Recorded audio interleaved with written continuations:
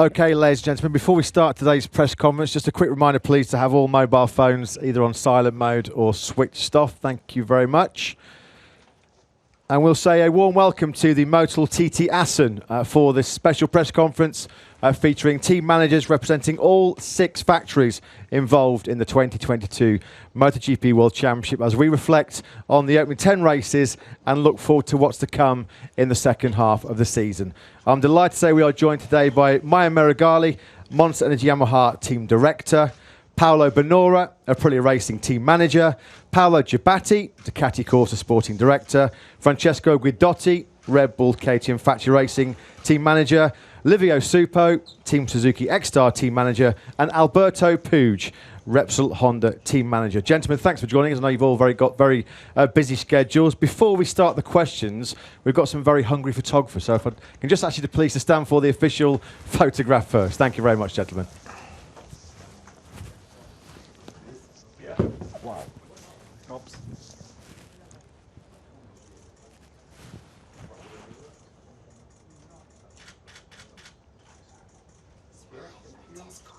Thank you. You're welcome. Okay, thank you very much, guys. We will start the press conference then with Maio. Maio, the start of Fabio's title defence wasn't easy. It was a difficult first few races, but since Portimao onwards, we've seen his real class. How impressed have you been with Fabio's recent run, and where have you seen him improve compared to last season? Yeah, as you said, the beginning has been difficult.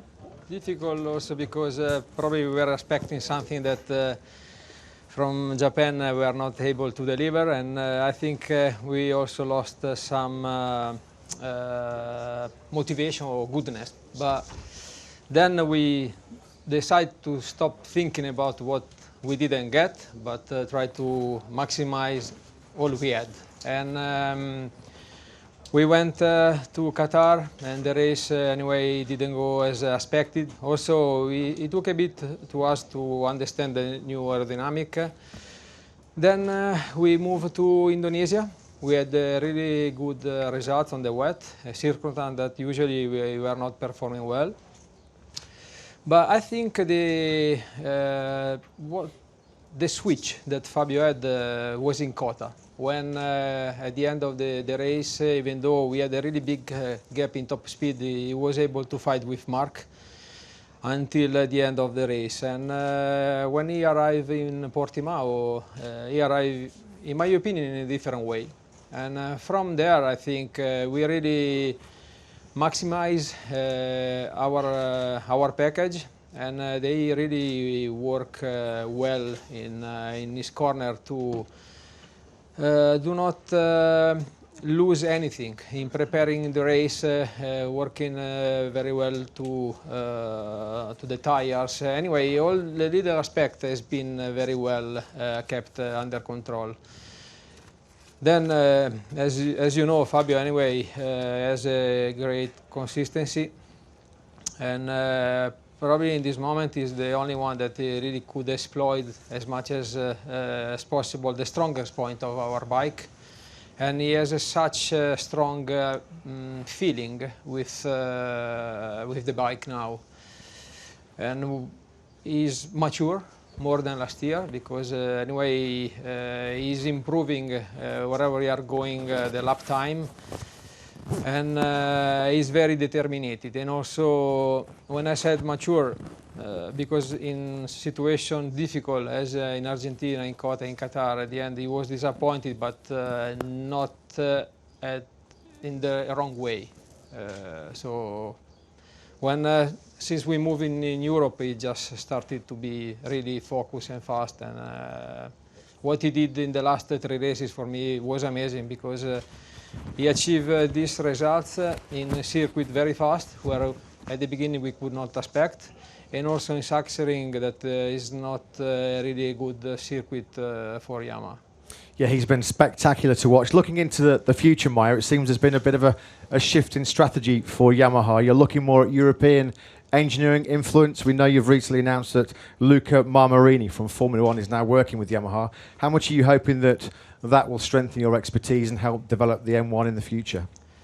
Yeah, the hopes are not only about this new synergy, but the way that also in Japan they probably changed their mind. They always work internally, but now they are starting to be more open-minded and focus in improving the bike and the results. And for sure, and I'm expecting to see some results of this new collaboration probably at the end of the season, because they are already, as you can imagine, working on next year bike and engine. But I'm happy and I'm very confident.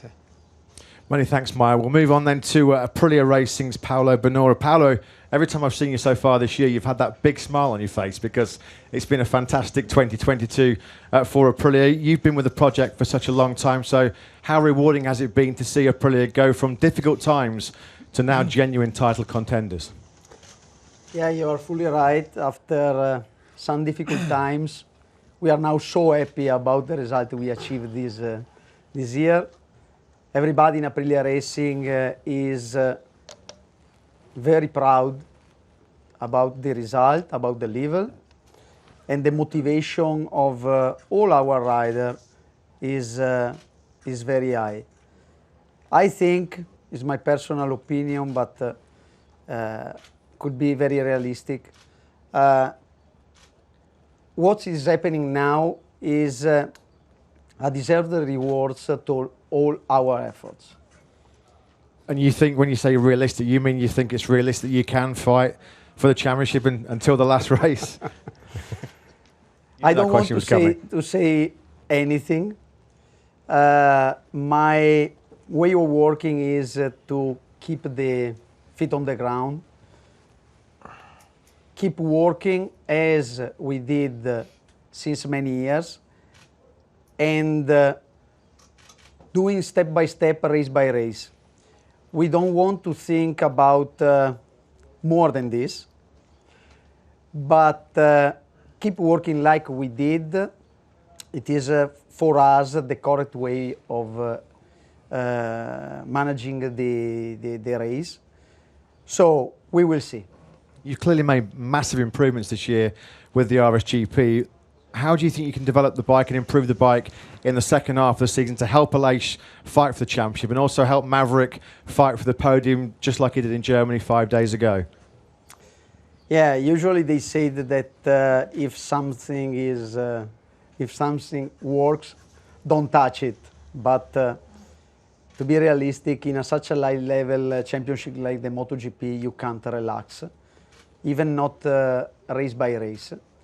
So at the moment we are currently working still on the chassis setup and electronic setting, and for sure, of course, on the engine performance.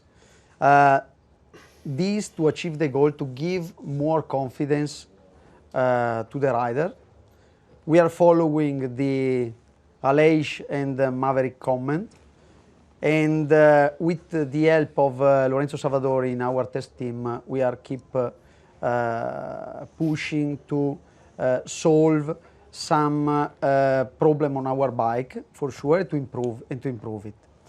At the end, we are so happy about the improving that is doing Maverick race by race, and Aleix, as you can see, is doing an amazing job. So we must keep this way of working until the end of the session and keep pushing. Thanks, Paolo. Yeah, long may your success in 2022 continue. We'll move from one Paolo to another. Paolo Ciabatti, Ducati Corsa Sporting Director. Paolo, it's been a first half of the season where we've seen some incredible performances, in particular from the likes of Pecco and Enea, but we mentioned that word inconsistency. That seems to be hurting your challenge so far this year, but what's your analysis of the opening 10 Grand Prix so far? Yeah, as you said, I think consistency is really what matters today. If you look at the standings and if you look at Fabio and Aleix, they score point in any single Grand Prix. They are among the few who score points without any zeros. and they're doing an amazing job. For us, obviously, on one side as a manufacturer, we're happy of the result. We won 5 races out of 10. We were 7 times in pole position out of 10 races. Always a Ducati on the first row, at least one. Always a Ducati on the podium. But and we're leading the manufacturers championship. But obviously, we are behind in the rider standing, especially with Pecco and Jack, because we are 6 and 7, 91 points from Fabio. And this is, it's heavy, because obviously the zeros that especially Pecco had recently, one was not his fault, but still is a zero, are affecting our chances to fight for the championship, which is always our goal. And it looks like a difficult challenge from now on for the season. You've almost answered my next question there, because Fabio's real strength over the last couple of years has been not just the speed, but the consistency as well. We know that you and Pecco won't give up, because he was able to claw back a lot of points in the second half of last season. But given Fabio's current form, how difficult will it be to beat him in 2022 now? Well, it is still possible, obviously, because there are still 10 races or 9 races, and we can score many points, but realistically it's going to be very difficult. As you can see Fabio, but I would also say Alex, they are consistently on the top and make very little mistakes. So we just have to do our best, as you can imagine, trying to win wherever we can. We were very pleased in a way to see many Ducatis competitive at Sachsenring, which traditionally has never been a very favorable track for us, but obviously then there was a mistake. We had 2 bikes on the podium, but obviously Pecco was supposed to be challenging Fabio for the race win because of his form, and his pole position crashed, and so we can't be completely happy, but we have to try our best until the end. It's the only thing we can do. Still some important decisions to be taken by Ducati over the next few days and weeks in terms of who will be Pecco's teammate in 2023. But as we speak right now, I think there's been a lot of speculation here this weekend about Alex Marquez potentially moving into the Gresini Ducati team. Can you confirm that? Are you having some discussions with Alex, and when do you think Ducati will be able to confirm its full 8-rider lineup for next year? Well, as you know, we have said that we will decide at the end of August who will be the teammate of Pecco in the factory team. And the other rider, either Enea or Jorge, will be in the Pramac team with Johan Zarco. We are discussing the final details of his renewal, and they will have 2023 bikes. So equal treatment in terms of technical package. Concerning the discussion between Alex Marquez and Gresini, we know it's an ongoing discussion, but it's something more managed by the team than by Ducati. Thank you very much, Paolo. We'll move on then to Francesco Guidotti, Red Bull KTM Factory Racing Team boss. Francesco, this season started off in such positive fashion for KTM. Brad Binder on the podium in Qatar, followed up by Miguel's victory in Mandalika. It's been quite difficult, though, since then. So what's your assessment of the first 10 races so far for KTM this year? Yeah, it's a sweet and bitter start of the season. I mean, the start was really stunning, but then we faced some difficulty in some circuits. So, yeah, I mean, in the last 5 races we performed pretty well. Our race result has been affected more from the qualifying, where we have to improve our performance. But the race pace is good, and the effort of the riders are fully committed. And yeah, we are now focused on how to improve our performance in qualifying to be more competitive during the race. We saw where we've been able to start in the first row. We were able to fight for the podium, and so this will be the key for performing better in the next races. It's never easy in MotoGP. The level of riding talent is probably higher than ever. The technical challenge, then the competition from the guys next to you is probably at its highest in history. So what are the improvements that KTM hope to make in the second half of the season to help you be more competitive? Yeah, as I said, it's more on qualifying practice that we have to improve, and we also changed a little bit the way of working in the garage, the method of working from last year. So it's some automatic that has to be more easy for technician in general. And yeah, I mean we have to improve only qualifying, and then we will know better where we really are in the race. And just looking towards 2023, we know that you've signed Jack Miller for next season to join Brad in the factory team. There's been lots of talk lately about a return to KTM for Pol Espargaro. Where are you with that? Is Pol potentially coming back next season? And when do we think KTM might have decided its rider lineup for next season? I mean, we already make an announcement for the factory team. That is, a big move for us, and we need our time to make the decision with Hervé and Tech 3 for the lineup of the satellite team. So still some decision ongoing. So yeah. Watch this space, I think is fair to say in terms of KTM. Thanks very much, Francesco. We'll move on then to Team Suzuki X-Star manager Livio Suppo. Livio, in many respects, the story of 2022 really is a story of two parts. Let's look at part one and the first 5 races, because it was a fantastic start to the season. Clearly we saw the GSX-RR had improved. And I think a lot of people forget, after 5 races, Alex Rins was actually the joint leader in the World Championship. So how satisfied were you at that stage of the season with the start that Suzuki had made? Sure, I was super pleased, very happy to be back in the paddock after 4 years, and the team welcomed me very well. It's a fantastic group of people that very professional, very friendly, and basically in Portimao we were leading the team championship, and Alex was with the same point of Fabio. And that was the time in which I knew that we should have retired. But has been a very good start. Alex showed to be in a good shape, a different rider comparing with last year. And John was struggling a little bit more, but it's also true that he was, he's kind of a way to approach the championship. He wants to start calm and be stronger, arrived in Europe. And then happened what happened, and probably had some influence. I was going to say, unfortunately, we then found out the shock news after a great start that Suzuki did plan to withdraw at the end of 2022. That clearly had an impact not just on Alex and Joan, but the whole team.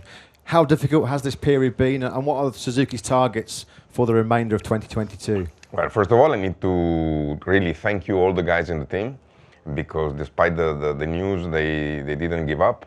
They keep anyway a good mood.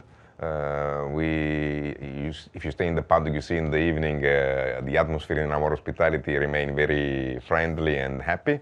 Of course, I'm trying to help them to find a solution for next year. But the important is that apart the first impact and shock of the first hours, they had a very strong reaction.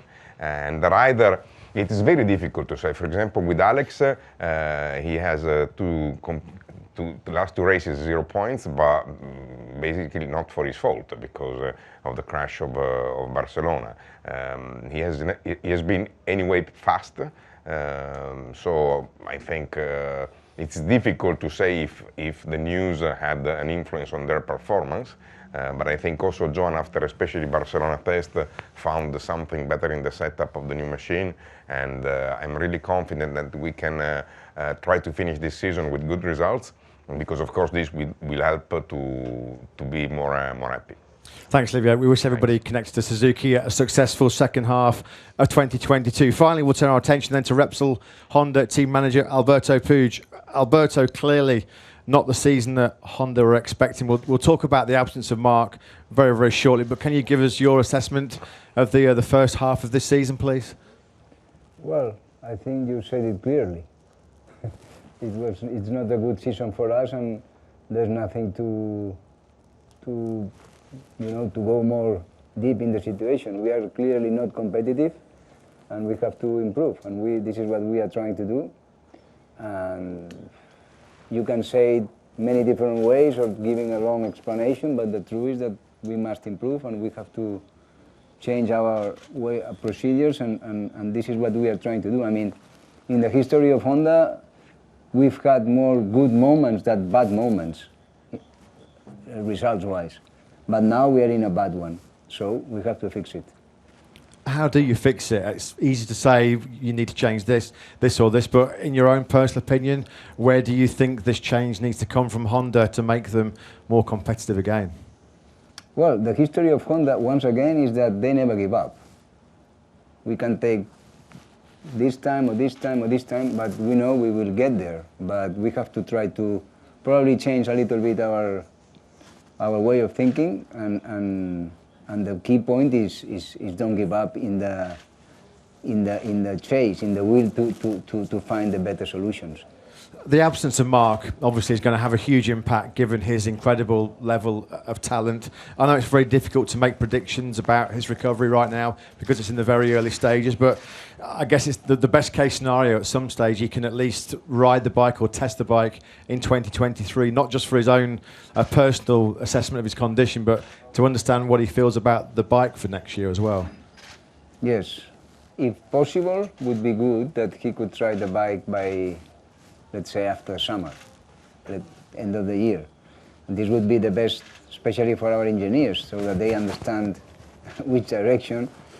But the priority is the total recovery of his arm. So this is something that it's like no question, and this is how we will proceed. And just finally, Alberto, on the subject for 2023, there's been lots of talk in the paddock that potentially Joan Mir will come into the factory team. Alex Rins is close to a deal with LCR Honda. Can you give us an idea of where you're at in discussions for the factory team and the satellite team, and also potentially on the chance of Ayagura moving up from Moto2 next season? Well, I mean, I think when Suzuki's story appeared, I mean, we were all shocked, and obviously I think Suzuki riders went to talk to all the guys that are sitting right here with me, no? This is normal. And there are options, there are different options, and we are considering them. We said since the beginning that it will take more time this year for Honda to decide, and this is where we are now. I mean, we have possibilities. He has big possibility also. And regarding satellite team, I think, of course, satellite team is run by Lucho. It's his team, and we will, of course, we will support him when whatever decision he decides. And regarding Moto2 rider, this is something that it's still not on the table because still the championship is ongoing, and in case Ogura can make good results, it's something that should be discussed probably in Japan. Gentlemen, thanks very much for the time being. I'll now hand over to questions, please, from the media. Hello, Dimitris Diatsidis from Cosmote TV Greece. A question for Paolo and one for Mayo. Which Paolo? You, Paolo. Sorry. Joking. Paolo, there are 8 Ducatis around, and as we see from the other championship on top, that is Formula One, usually there are team orders in order for somebody to help also with their satellite teams. Are you thinking you to help Joan Zarco or the rider of Ducati who is closer to Fabio and Aleix every time in a way like this with team orders? And the question for Mayo is, next year you will be with only 2 riders, and then you will be in the possibility of, if something happened to Fabio, you said that he's the only one who can ride the M1. Are you thinking for next year, for 24, to return again with the satellite team? Okay. First of all, I must say that obviously at the moment there are still races to go, but it looks like we are a bit far away from the possibility to challenge for the championship. As I said, we will try. And for sure, Zarco is 3rd, his gap, and Bastianini 4th, so their gap is a little bit less than the one of the 2 factory riders. But in principle, with few exceptions in the past, we don't like team orders. Obviously, if it is the last race and one rider has no chance to win and the other rider has a chance to win, you might think about a strategy. But this is an exceptional case. Now, we're not in that situation, and we will not give team orders. The only indication we give to our riders is to avoid making extreme passes on each other's. We already still remember the experience of Dovizioso and Iannone in Argentina many years ago. And we would like to avoid a similar situation, but this is the only thing we tell our riders is respect your not teammate, but the riders on the same brand a little bit more, like do not try any extreme maneuvers if possible, but for the rest, they are free to do what they want, and if they can win a race, they should win a race. About my question, yeah, I said that at the moment Fabio is the only one that can really exploit the good point of Yamaha, but we are really working hard to try to get back Franco where he was in 2020. We all know his capability, and we will never give up until we will reach this target. The fact that we lost the satellite team, as you all know, was not something we wanted. We were basically surprised about the decision of Renef. We accepted, and now there is not much to say about that. And in 2003 we'll be only with the factory team, but for sure it is important to have a satellite team, and we will most likely start at the beginning of next year to think about 2024. Simon Patterson from Motorcycle Sports. Livio, can you give us a bit of an update on what the actual situation is with Suzuki? Because obviously the only official communication we've had is that it was something that was still only under consideration, that there was talks ongoing, and there's still some rumors in the paddock about some sort of a Kawasaki-esque situation for next year. I think, no, it's not that. I mean, Suzuki confirmed officially that they will not race next year. Then what is going is the negotiation with Dorna. That is something out of my job, so I cannot say anything about it. But for sure, nothing has changed. There's no chance to have Suzuki here next year. Hello, gentlemen. This is Frank Weying from Ziggo Sports in the Netherlands. I have two questions, one for Francesco and one for Alberto. Francesco, you were talking about the Tech 3 team. This year, Tech 3 has two very young riders, or at least rookies. Do you think that, looking back, maybe that was not the best strategy? Because, like Matt said, there's talk about getting somebody back in the team with a lot of experience, and maybe one younger rider. Do you think that the development suffered from that? And to Alberto, you said maybe Honda has to change the way of thinking. We heard from Mayo that Yamaha has an open mind, or more an open mind for the future. Could you explain what you meant when you said change the way of thinking? For sure, looking back, it's always easier to judge, no? Easier to say, this is wrong, this is right. But I think in the moment when the decision was taken, for sure, the circumstances brought to this decision, and to be honest, looks the best one at the moment.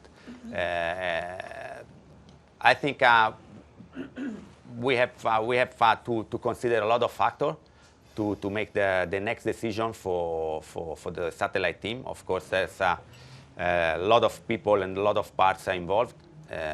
First of all, Hervé. But yes, seems that we need more experience in that team to help the development of the bike. This can be a crucial key. On your question, I mean, change the way of thinking. I think that it's all humans, when we do something and it's not working, we have to change the way of thinking to try to improve it. That's all I'm saying. And what this includes, at this moment probably I cannot answer you.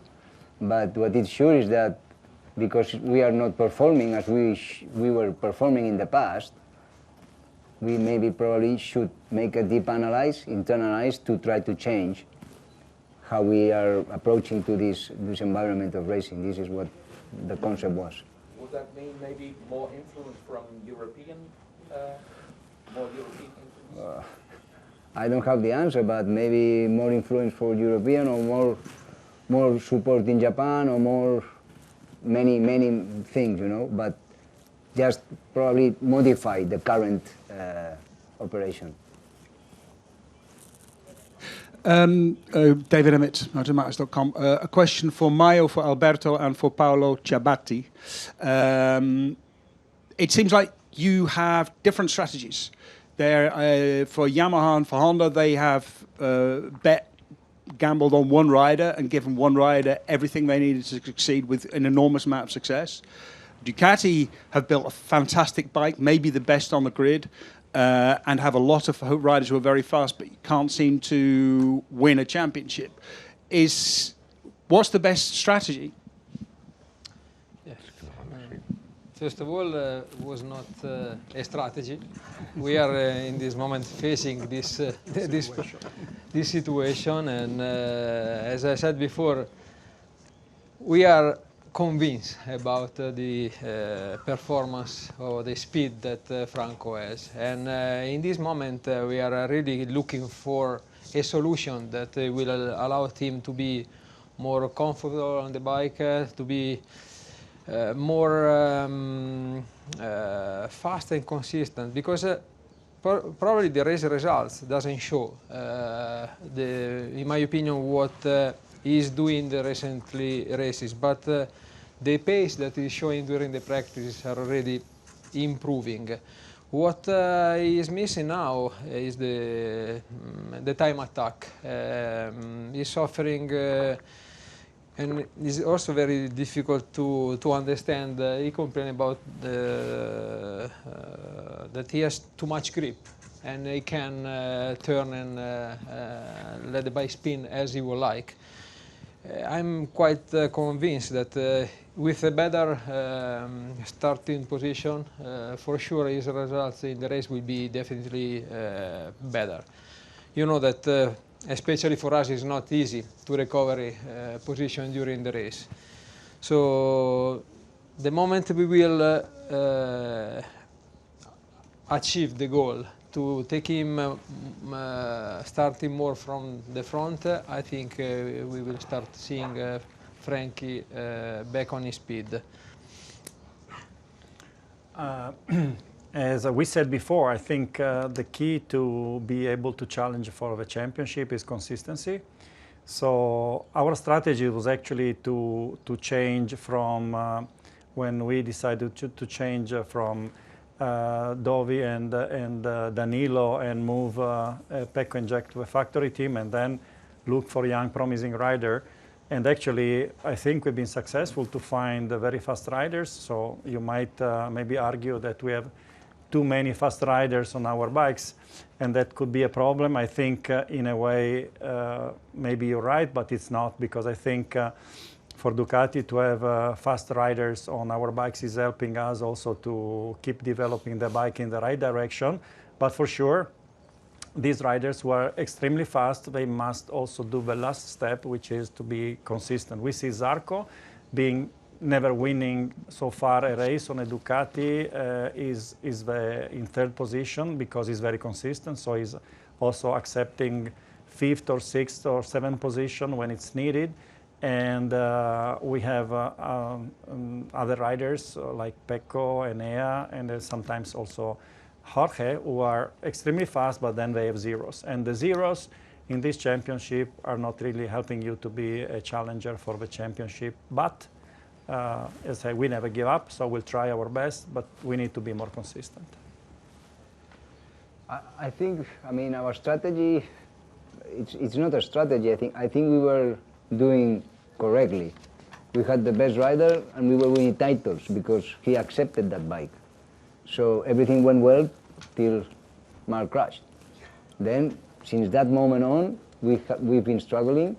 So you can modify the strategy from that time. But since that time, yeah, we were doing fine. I mean, for him, the bike was okay. For other guys, maybe no, but he could win with that bike. So, okay, now we are not in this situation, and that's why, probably, we have to change or to think a little bit to change the way we thought. because maybe that situation is not happening. I mean, we don't have a rider that is consistently on top, and then we probably will have to make a analyze of how we approach. This is my understanding. Yes, Manuel Presino from Riding Sport Japan. I have a question for Meregalli. Meregalli, in the recovery process of Franco, do you consider in recovering the couple Franco with Forcada? Because I don't know if it is a coincidence, but things didn't start to work for Franco when they split. I don't think that this is the problem, that is not putting Frankie in a situation where we all would like to be. And he's quite, I mean, he is satisfied about his working group. And we also have a strong belief in Patrick Bremer capability.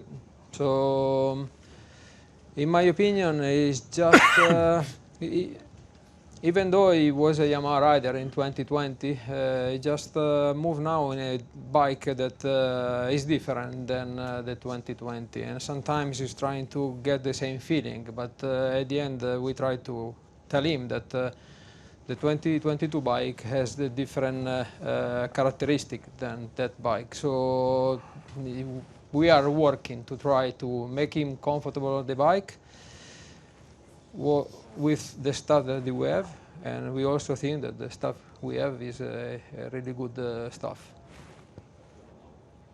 Hi, Tommy from Sport 5 Israel. The same question to Mr. Ciabatti and Mr. Puig. We understand that you're waiting with signing the riders, but it does have an effect on the riders themselves. How much is the well-being of the rider is able to put aside the pressure, because sometimes it doesn't take it to the positive way, is coming into consideration when you postpone the decision so late relatively in the season? Thank you.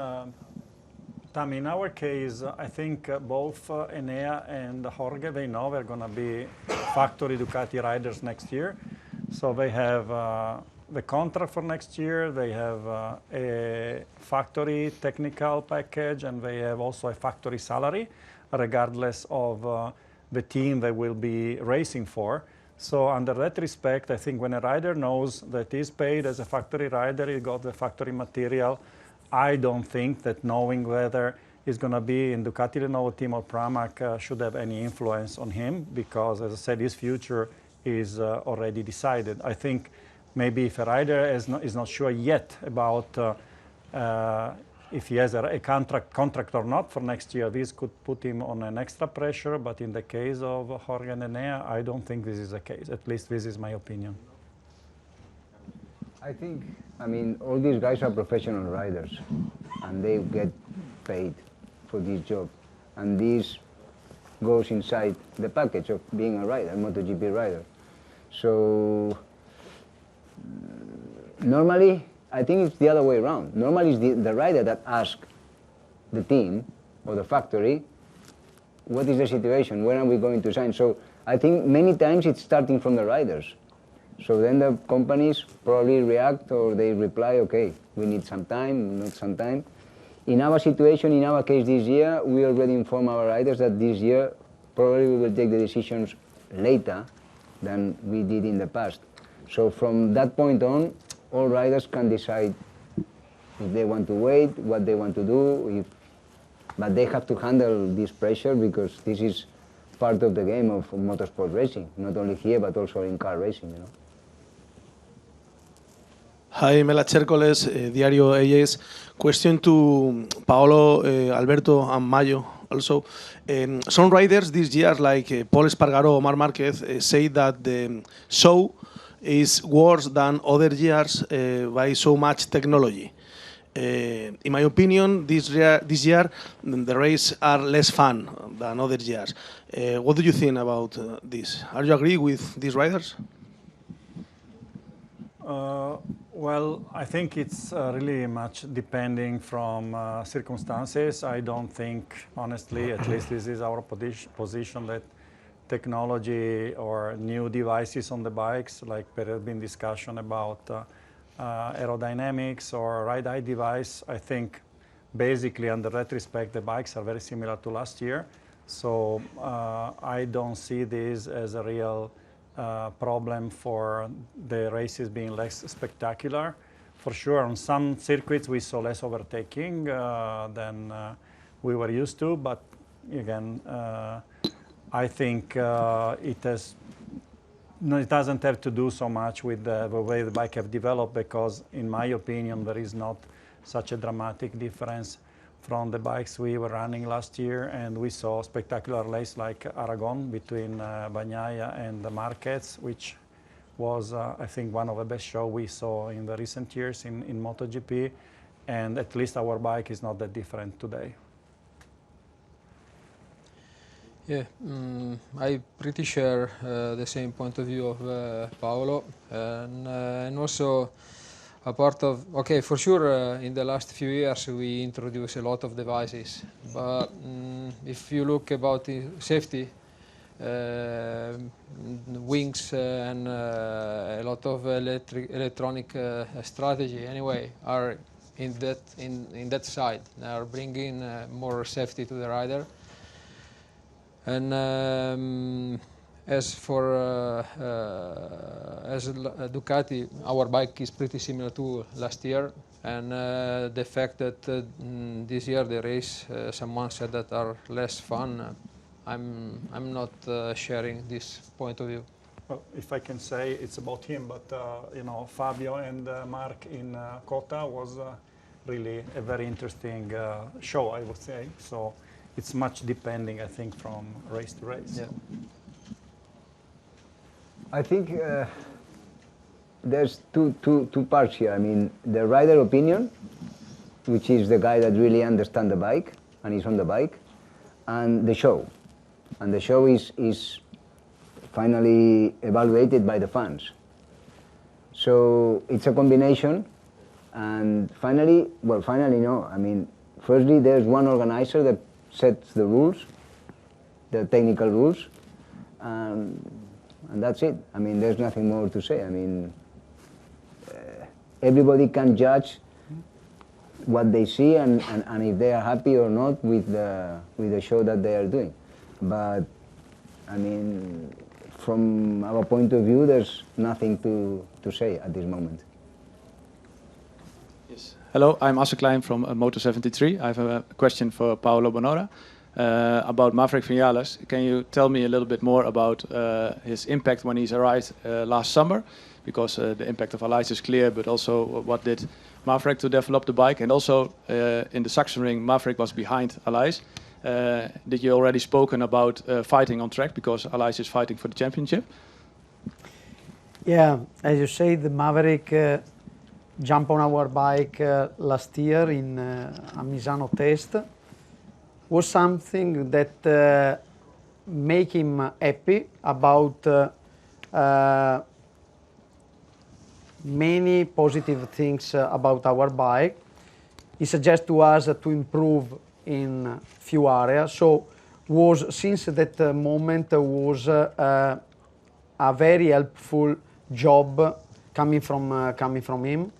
As you can see, during this year, he is suffering a little bit on the qualifying lap. His riding style need to have a very specific way of turning. So when he put the new tire on the rear, he suffered a little bit. Because he can't approach to the corner in the same way. Last race in Sachsenring, he was pushing a lot. He had the new medium tire, comparing the rest of the rider that the majority has the hard one. He was so confident during the race. At the end, he thought about to attack Aleix, to be honest, but as you have seen in the race pace, probably if he had the problem on the rear device, probably he will join the fight at the end of the race. At the moment, then there is no clear order. We leave the rider to do as they want. So they are so friendly that they understand very well which is the riding style. Giovanni Zamagni, MotoGP from Italy. I have another question for you, Paolo. Who will choose the riders for the satellite team, Aprilia or Mr. Lazzali? Thank you. Yeah, this is a good question. At the moment, it is we are starting a new project, a new collaboration with this new team for us, and we'd like to share as in the maximum level the collaboration and all the idea between Aprilia and Mr. Lazzali. So never comes from only one side. It is a sharing of ideas, and at the end we'd like to choose the best rider for our bike to follow one project for the next year. Yes, a question for Alberto. Alberto, you just explained that Honda will take a time to decide the future riders. Which will be the criteria to choose them? The results they are doing, their riding style, their age? Combination.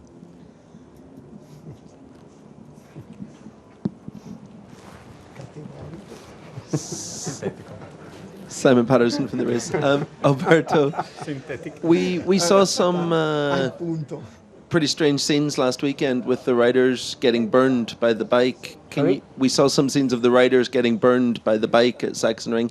Can you tell us, have you figured out what the cause of the problem is and what the plan will be to address it going forward? I wish I could, because it's a problem. We are suffering a lot of temperature problems affecting the chassis, which affect riders' arms and foot. And we are thinking how we can make a countermeasure to fix this, because especially in really hot days, like last week in Sachsenring, the temperature is really high, and it's really difficult for the riders to ride. Mark Bremer, motorsport.com. Question for Livio. The statement by Suzuki by leaving the championship was very basic. Have you had any information regarding the details why they want to quit now? No.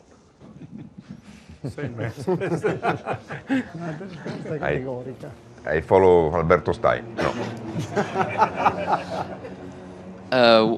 One question to you, Paolo. Mr. Ciabatti.